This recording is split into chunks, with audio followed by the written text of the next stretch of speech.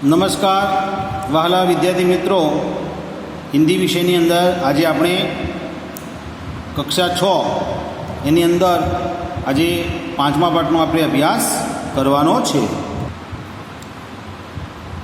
5 इकाई 5 धरती को महकाए। तो धरती को महकाए एक कविता है, तमारे एक प्रकृति गीत है। तो इस काव्य में प्रकृति के तत्व फूल, सूरज, दीपक की बात कही गई है।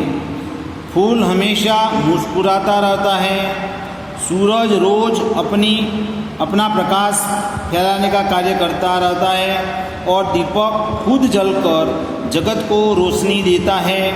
हमें भी किसी भी परिस्थिति में प्रसन्नता से अपना काम करना चाहिए और अपनी धरती को ज़्यादा से ज़्यादा सुंदर बनाने की कोशिश करनी चाहिए। तो आ एक प्रेरणादायक कविता है।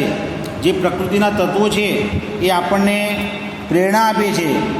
एनी अंदर खास करी अने फूलનું उदाहरण आपेलू है, सूरजનું उदाहरण आपेलू है अने दीपकનું आपेलू है कि जे पोते આપણને હંમેશા ખુશ રાખવા માટે એ પ્રયત્નશીલ છે।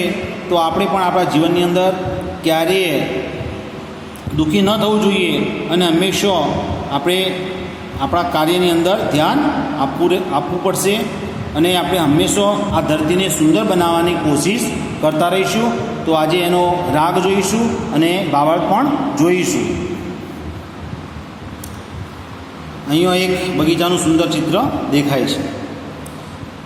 बगिया के फूलों को देखो कैसे खुश खुश रहते हैं।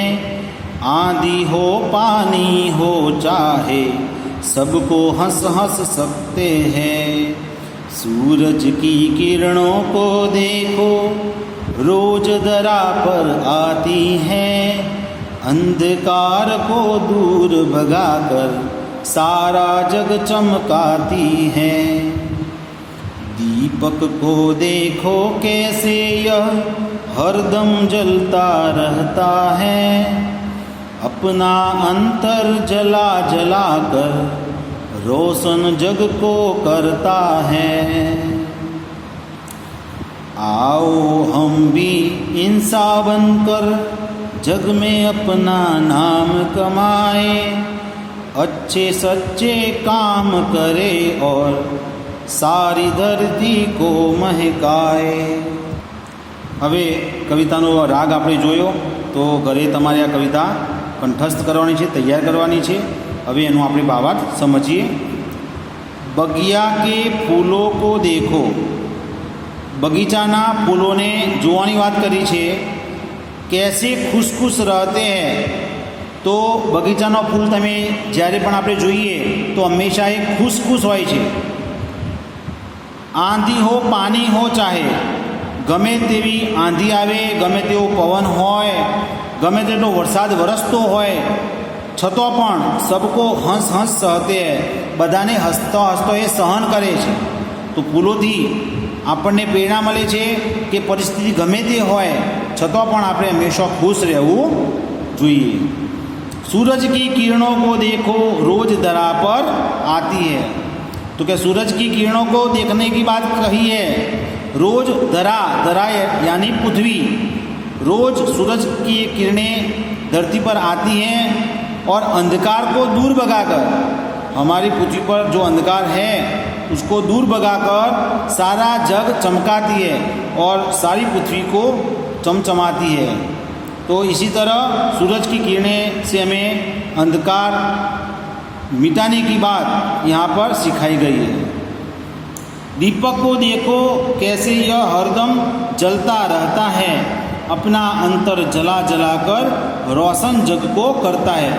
तो दीपक के माध्यम से कवि कहना चाहता है कि वह हरदम दिन रात वह जलता रहता है लेकिन हमको रोशनी देता है। इसी तरह हमें भी अपने जीवन में कष्ट सहन कर दूसरे की भले के बारे में सोचना चाहिए और दूसरे की भलाई करनी चाहिए। दीपक खुद जलता है और दूसरों को रोशनी देता है। इसी तरह हमें भी कुछ दूसरों के लिए अपने को कष्ट सहन करने के लिए कहा गया है। आओ हम भी इंसान बनकर जग में अपना नाम कमाएं। तो यहाँ पर कवि कहता है कि इंसान बनने की बात बताई है कि हमें अच्छा इंसान बनकर जग में अपना नाम कमाना है और पूरी दुनिया में अपना नाम कमाने की बात बताई है। अच्छे सच्चे काम करें, हमको हम जो कार्य करते हैं वो अच्छे हो और सच्चे भी हो, ऐसे काम करने के लिए कवि कहता है। और सारी धरती को महकाए और सारी पृथ्वी को महकाने की बात की गई है। तो આ એનું ભાવાર્થ છે, એના આધારે આપણે એના સ્વાધ્યાયની પણ અને અભ્યાસની પણ ચર્ચા કરીશું। शब्दार्थ फूल, पुष्प, पानी, जल, धरती, भूमि, अंधकार, अंधेरा, जग, दुनिया, दीपक, दीप, हरदम, हमेशा, महक, सुगंध, रोशन, उजाला, अंतर, हृदय, दिल। अभी अभ्यास જોઈએ तो इस काव्य को टेप रिकॉर्डर के द्वारा सुनिए और सामूहिक तथा व्यक्तिगत गान करवाइए। तो आ तमारे टेप रेकॉर्ड अथवा तमे मोबाइलની અંદર પણ યુટ્યુબના માધ્યમથી એ કવિતાનો રાગ તમે શીખી શકો છો અને સાંભળી પણ શકો છો। प्रश्न 2, अंदाज अपना यदि सूरज न निकलता तो આપણે વિચારીને એનો જવાબ આપવાનો છે। यदि सूरज न निकलता तो सारी पृथ्वी पर अंधेरा छा जाता और फूल भी उगते नहीं। यदि बगीचे में पेड़ चलते तो हम उसकी छाँव में नहीं बैठ सकते, इनके फल नहीं खा सकते और जो पक्षी है वह भी उस पर घोंसला नहीं बना सकते। यदि दीपक बोलता तो आ बधा विचारी अने तमारे एना जवाब लखवाना थशे। प्रश्न 3, प्रश्नों के उत्तर दीजिए। आपके आसपास में कौन कौन से फूल देखने को मिलते हैं? तो तमारी आजूबाजू में जे फूल तमने देखाय ए लखवाना। गुलाब, मोगरा, चंपा, चमेली, तो जे पण फूल देखाय एनो तमारे जवाब लखवानो छे। प्रकृति के तत्व कौन कौन से हैं? प्रकृति के तत्व फूल, आकाश, बारिश, पर्वत, तो आ बधा प्रकृतिना तत्वोना नाम लखवाना है। प्रकृति से हमें क्या क्या मिलता है? प्रकृति से हमें जीने के लिए पानी, खुराक, हवा सब हमको मिलती है।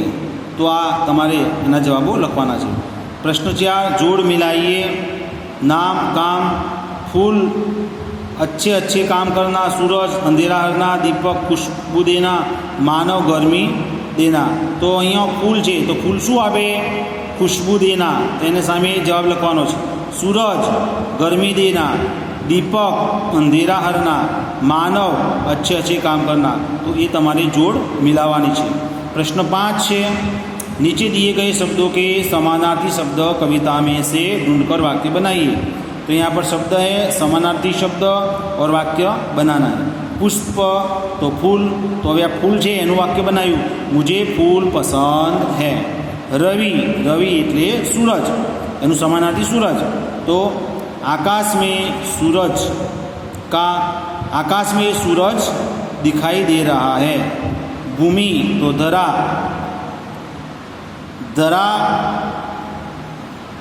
धरा पर खेती होती है।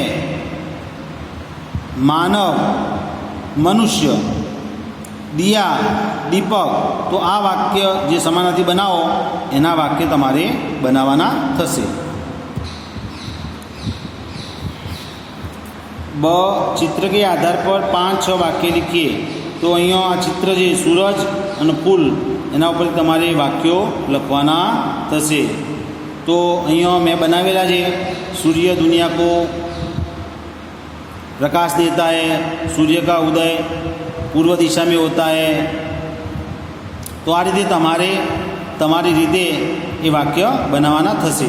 त्यार पछी छठ्ठो प्रश्न है, नीचे दिए गए शब्दों में से उचित सर्वनाम चुनकर रिक्त स्थानों की पूर्ति कीजिए। तो અહીંયા आप कोई नई गति क्या पानी अपना कुछ એના આધારે આ ખાલી જગ્યા પૂરવાની છે. 7મો પ્રશ્ન છે ઊંચી आवाज में पढ़िए और समझिए. તો આ ફક્ત વાંચવાના છે, બરાબર, આ લખવાના નથી. તો અહીંયા 6 પ્રશ્ન સુધી તમારે સરસ કામ કરવાનું છે. આપણે આગલા વિડીયોની અંદર એનો સ્વાધ્યાય વિશે ચર્ચા કરીશું. અસ્તુ.